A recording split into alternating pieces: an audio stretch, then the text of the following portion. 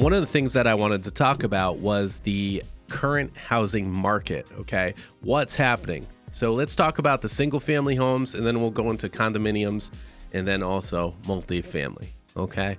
Everybody always asks that question, hey, how's the housing market? How are things going? What is it? Is it buyer's market? Is it a seller's market, right? Currently, it's still a seller's market. It's been a seller's market for several years here in Rhode Island, and most of that is fueled by the lack of inventory. So there's so few homes on the market, and there's such a high demand because the terms of the market are fantastic. The mortgage rates are extremely low. The economy is wonderful. There's more jobs than there are, people out there to fill these jobs. And it's just a great thing to see. So the housing market has been booming. So here's what's happening. Here's what's happening right now as of August 2019. According to the Rhode Island Association of Realtors, sales increased this year over last year at the same period by 2.6%. Okay, that's quite a bit, right? And the median sales price rose to 4.3%, which is about $292,000. Let's talk about, for 1 second, let's talk about why there's such a low inventory right now, right? It's simple.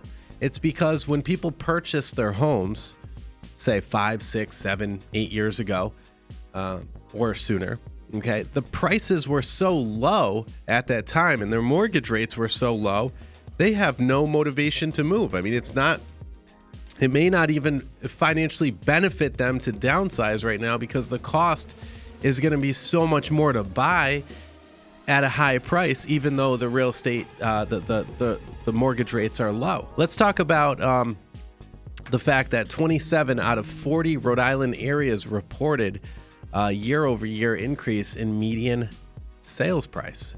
That's great. Who's the big ones according to the Rhode Island Association of Realtors? Little Compton, Portsmouth, and East Greenwich with the biggest gains. Get this, Little Compton, 36.1% of a median sales price gain year over year. That's intense. 17.7% for Portsmouth, and East Greenwich coming in third at 15.1%. Let's talk about the condominium sales. For some reason, condominiums, they're really hot right now. They increased by 4.3%, 3.6% to a median price of $232.